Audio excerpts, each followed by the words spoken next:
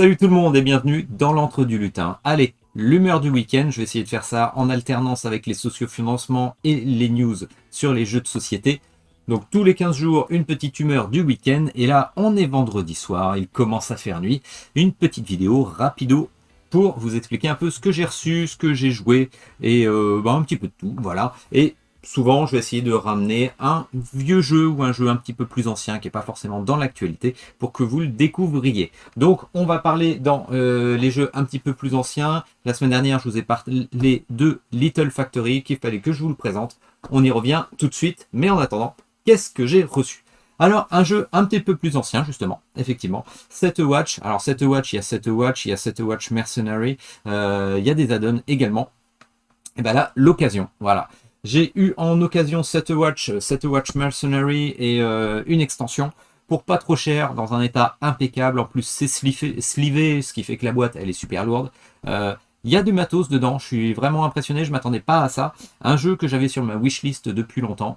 Et il y a eu une occasion. Et ben du coup, il y a eu une vente. Je me suis retrouvé avec Mercenary et Set Watch pour pas trop cher. Un matos de qualité, d'après ce que je vois quand même. J'ai pas encore eu l'occasion de jouer. J'espère que dans 15 jours, je vais pouvoir vous présenter le jeu pour ceux qui ne le connaissent pas. Parce que c'est un jeu, on m'en parle depuis très longtemps. Donc je l'avais mis de côté dans une petite case. Faites-vous une petite liste et puis quand vous avez une occasion, ça peut valoir le coup. Plutôt que de faire du socio-financement, parfois on a des petites perles. À voir si c'est une petite perle, s'il mérite ce que l'on m'a dit. Je vous en reparle dans 15 jours. Ah, ça fait un petit peu une brique, un petit pavé. Hein.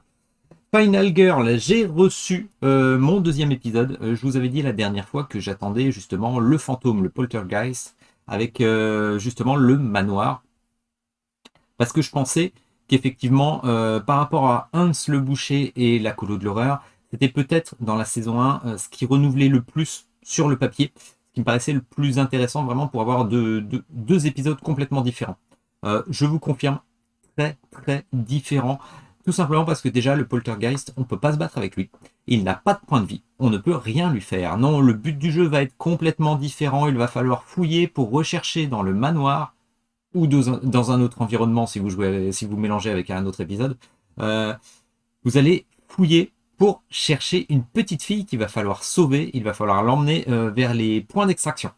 Voilà, c'est le nouveau but quand on est contre le fantôme. Donc intéressant, très dur, je trouve, encore plus dur quelque part, parce que du coup ça va nous obliger à encore plus fouiller, encore plus faire des actions de recherche, sachant qu'on est bloqué dans un manoir.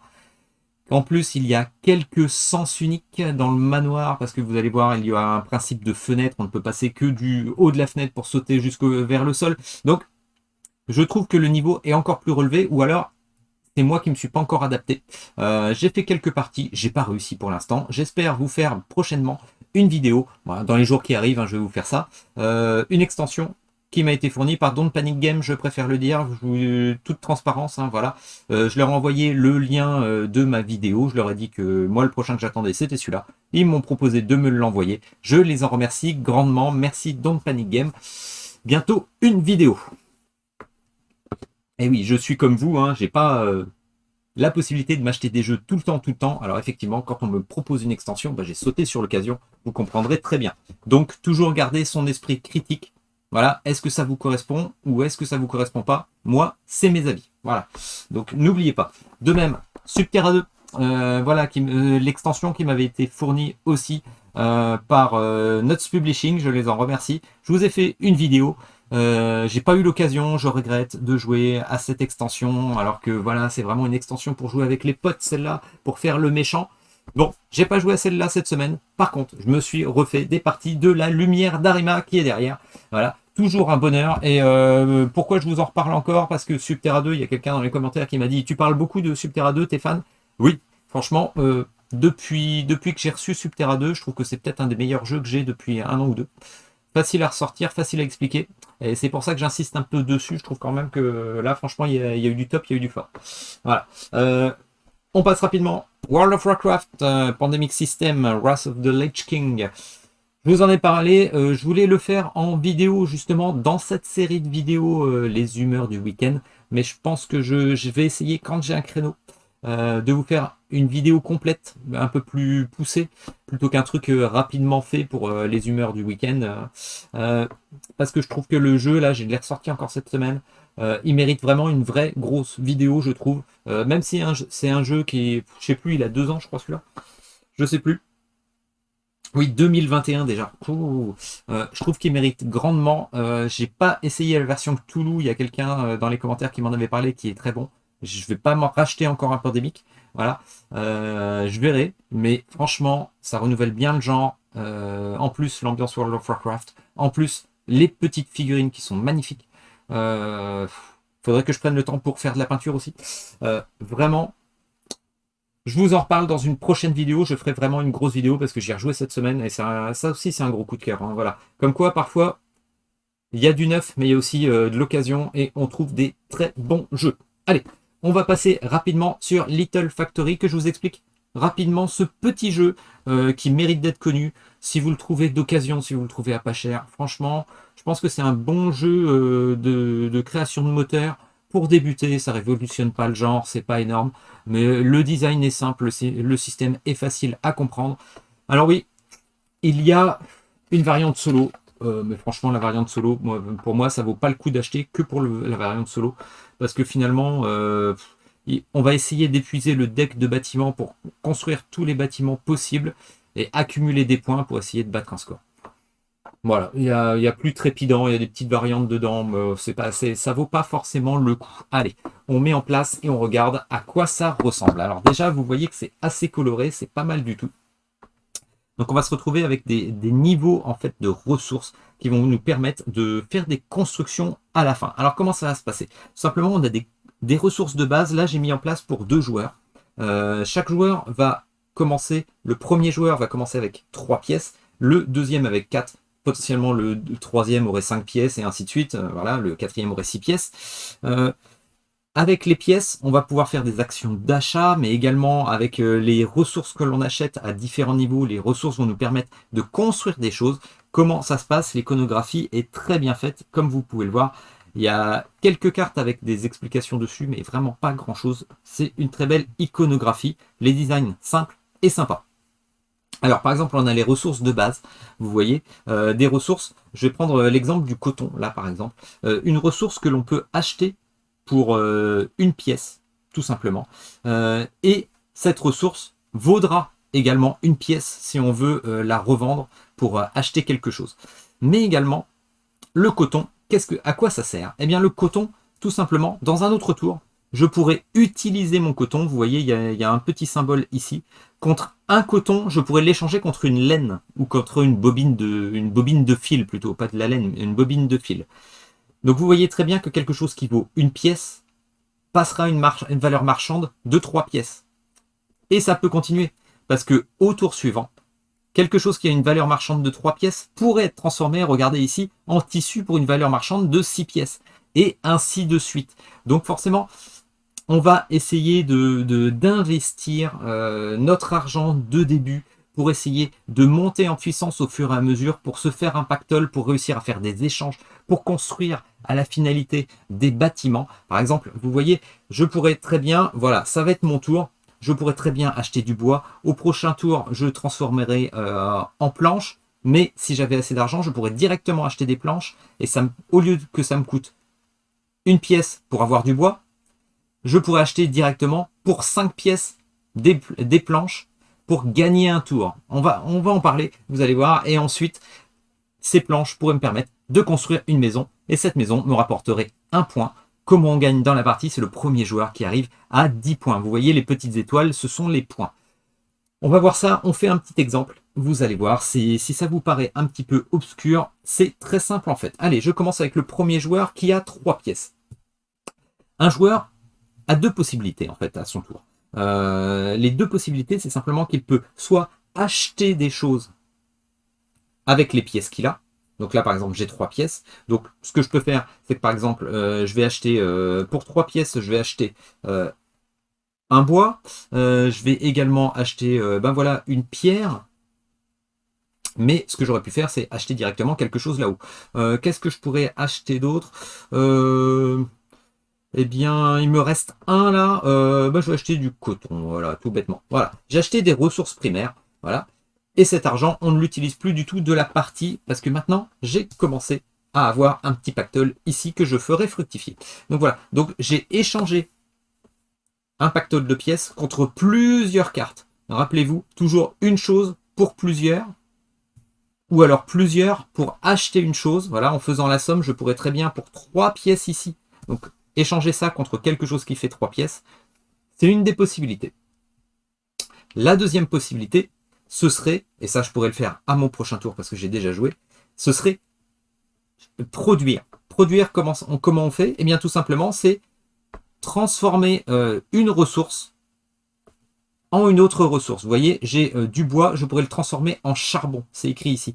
J'aurais très bien pu l'acheter, échanger mes 3 pièces directement pour avoir du charbon.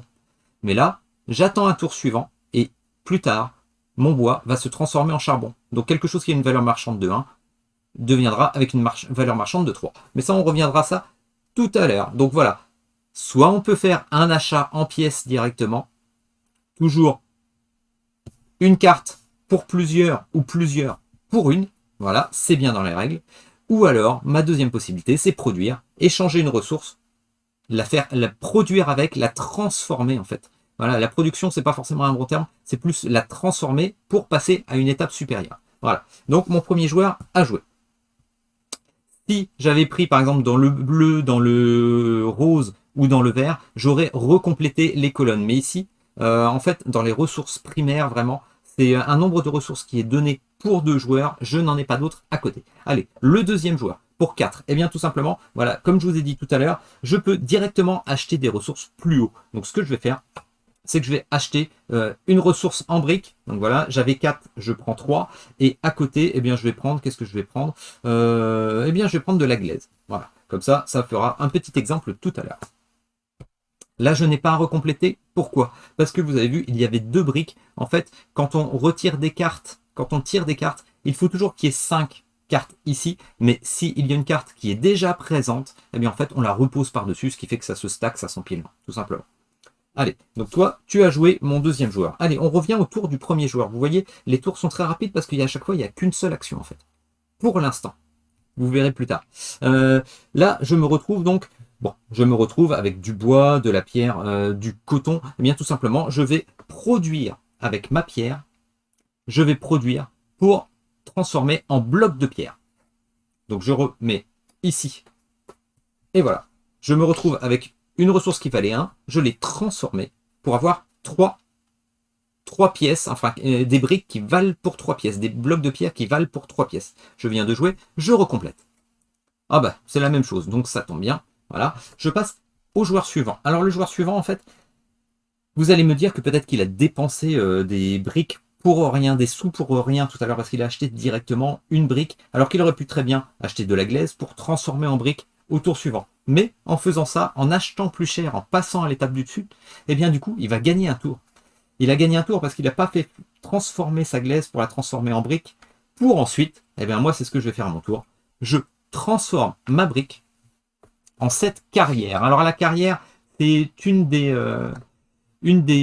constructions de départ. Vu que je joue pour 2 joueurs là, en fait, il y a toujours une construction de départ de plus en haut. Donc forcément, pour 2 joueurs, il y en a 3. Et pour débuter, il y a 5 constructions de base qui débutent toujours là-bas. Voilà, donc j'en ai tiré 3 au sort, je les ai placés. Voilà, les 2 autres constructions de base, elles sont de côté. Donc voilà, donc je viens de construire mon premier bâtiment. Je mets ça ici, hop là, en dessous. En construisant mon premier bâtiment, je peux avoir des actions supplémentaires. Vous voyez, donc là, pour l'instant, c'est moi qui gagne, le deuxième joueur, parce que j'ai une étoile.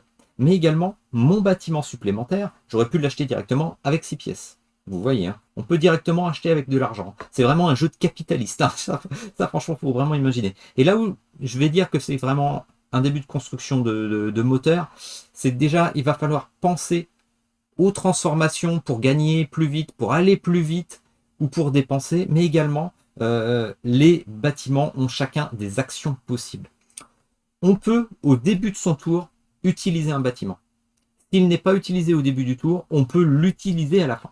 Et bien là, le bâtiment, par exemple, vous voyez, à la fin du tour, si j'avais acheté une pierre, eh bien j'aurais pu tout simplement l'utiliser, mon bâtiment, et transformer ma pierre que j'ai en bloc de pierre. Vu qu'il y en avait là, j'aurais pu directement échanger. Donc vous comprenez bien que à votre tour, vous n'avez qu'une action.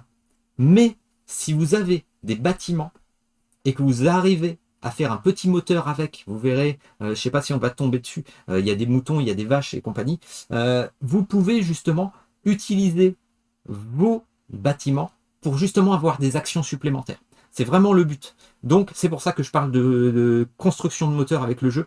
Ça peut aller très vite et ça peut s'enchaîner. Au début, on n'a qu'une seule action, mais suivant ce que vous faites avec les bâtiments, vous allez enchaîner pour gagner des actions. Le temps, c'est de l'argent dans ce jeu. C'est bête, c'est vraiment capitaliste. Voilà. Donc là, pour l'instant, je ne peux pas l'utiliser, je n'ai pas de pierre dans mon inventaire. Et je recomplète. Alors je recomplète avec quoi? Qu'est-ce que j'ai? Ah, ça c'est très bien parce que c'est une boucherie. Si j'ai, oui, désolé, hein, désolé pour les véganes.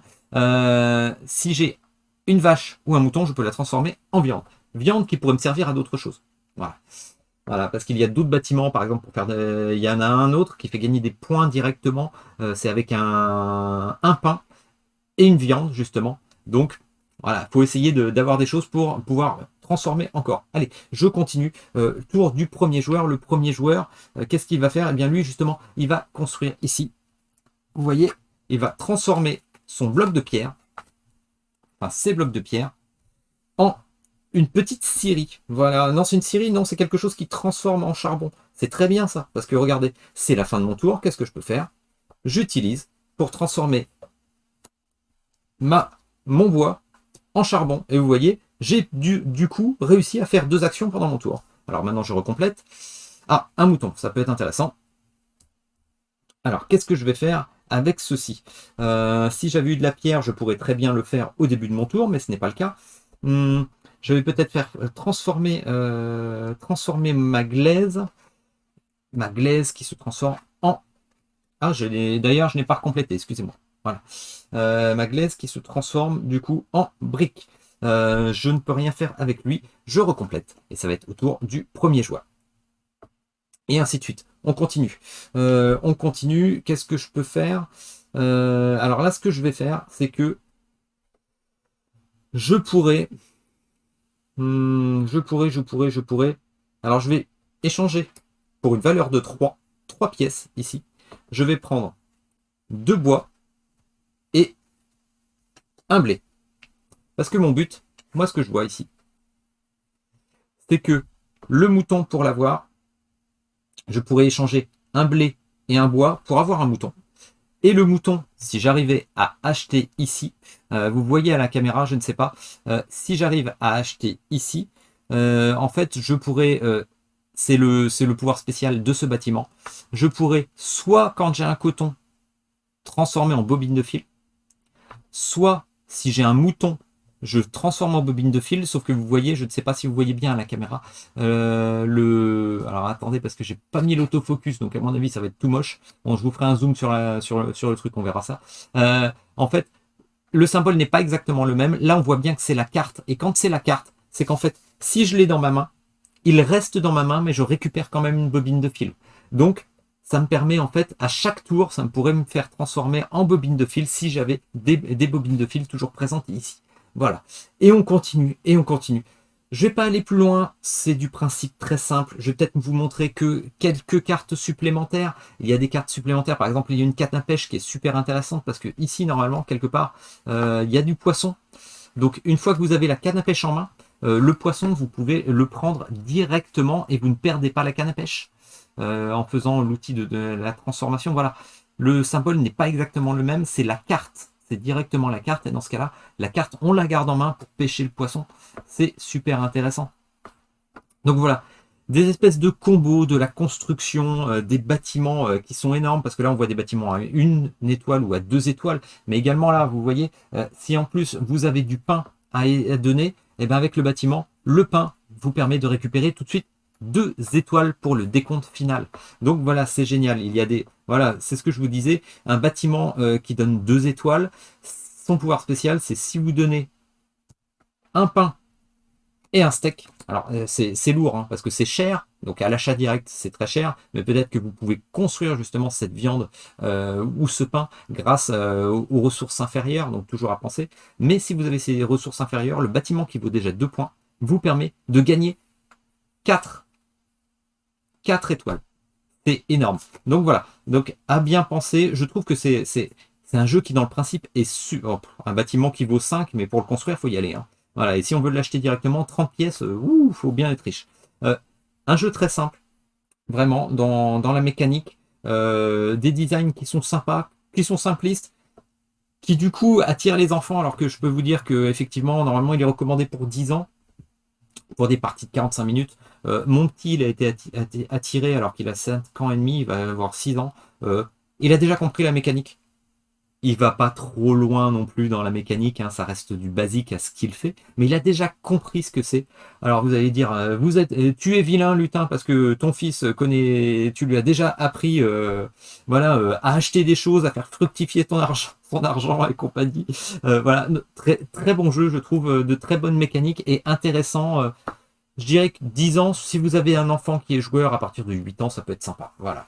Si vous avez un plus petit comme le mien, bon bah il va s'amuser, mais vous irez pas jusqu'à 10 points, vous allez vous arrêter avant. Hein. Voilà. Mais sinon, un très bon petit jeu qui m'a bien surpris et je suis content de l'avoir sorti de la pile de la honte. Franchement, Little Factory, vous le trouverez pas cher. Moi, je l'avais acheté d'occasion. C'était une espèce de petite brocante d'occasion là. Je crois que j'avais dû l'acheter 8 euros ou 6 euros. Hein. Franchement, si vous regardez les sites d'annonces, à mon avis, vous allez le trouver à pas cher. Et sympathique. Ne révolutionne pas le genre, mais sympathique. Je vous dis, le petit format, parfait. Voilà, pour les petits voyages sympathiques, Little Factory. Donc voilà. Donc je vais essayer de ressortir des jeux comme ça, des jeux qui sont déjà un petit peu plus passés. On en reparlera. Voilà.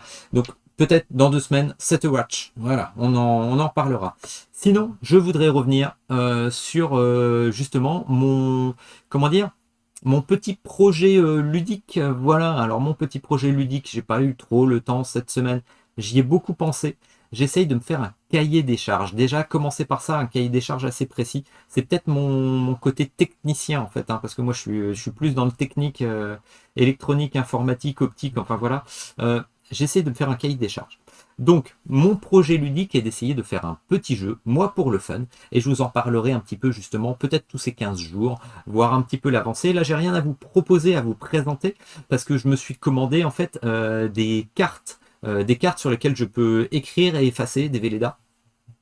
Donc voilà, donc je vais me simuler un jeu de cartes. Pourquoi? Parce que voilà, on peut dire un petit peu cette avancée. Mon cheminement, c'est que je vais essayer, mon but, de me faire un petit roguelite, vu que j'étais, je vais dire, il y a un projet que j'attendais, voilà, je vais pas revenir dessus, qui ne me correspond pas à moi. Voilà, qui m'a déçu mais qui ne me correspond pas à moi. J'ai envie de faire un roguelite, j'en ai pas, effectivement, c'est quelque chose qui n'existe pas trop, vous m'en parlerez si vous avez ça, qui n'existe pas dans les jeux de société.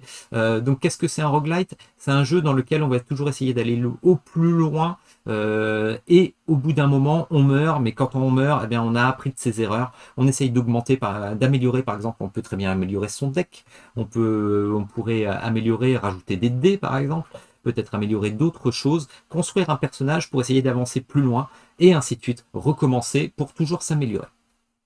Et arriver à la fin sur un boss et le battre, bien évidemment. Alors moi je vais partir sur un format de jeu de cartes pur. J'ai envie de partir vraiment sur un jeu de cartes, parce que quand même, même si on a tous eu toujours des idées de par nos expériences ludiques, on a tous griffonné, moi j'ai un petit carnet avec des petites idées que je me garde depuis quelques mois.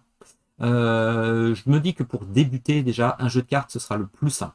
Je vais essayer de m'affranchir au maximum de ne pas avoir d'autres composants que des cartes, pas de dés.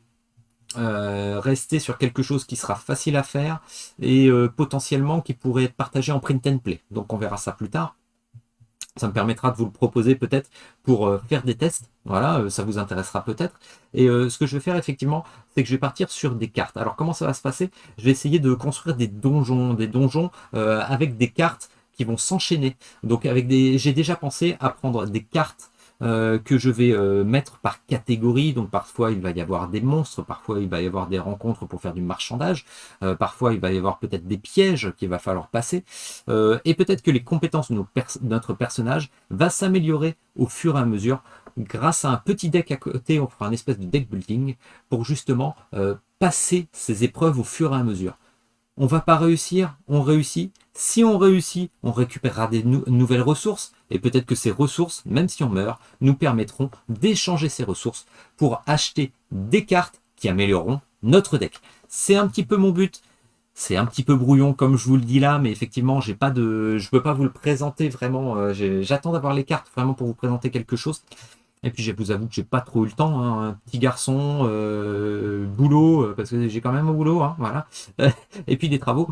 Mais j'espère vous présenter ça bientôt, au moins un petit prototype, pas évolué, mais pour qu'on voit ensemble comment ça avance, les difficultés, voilà. Parce que c'est facile de critiquer le jeu, c'est facile de critiquer des game designers. On va voir ce que ça donne. Voilà, tout simplement.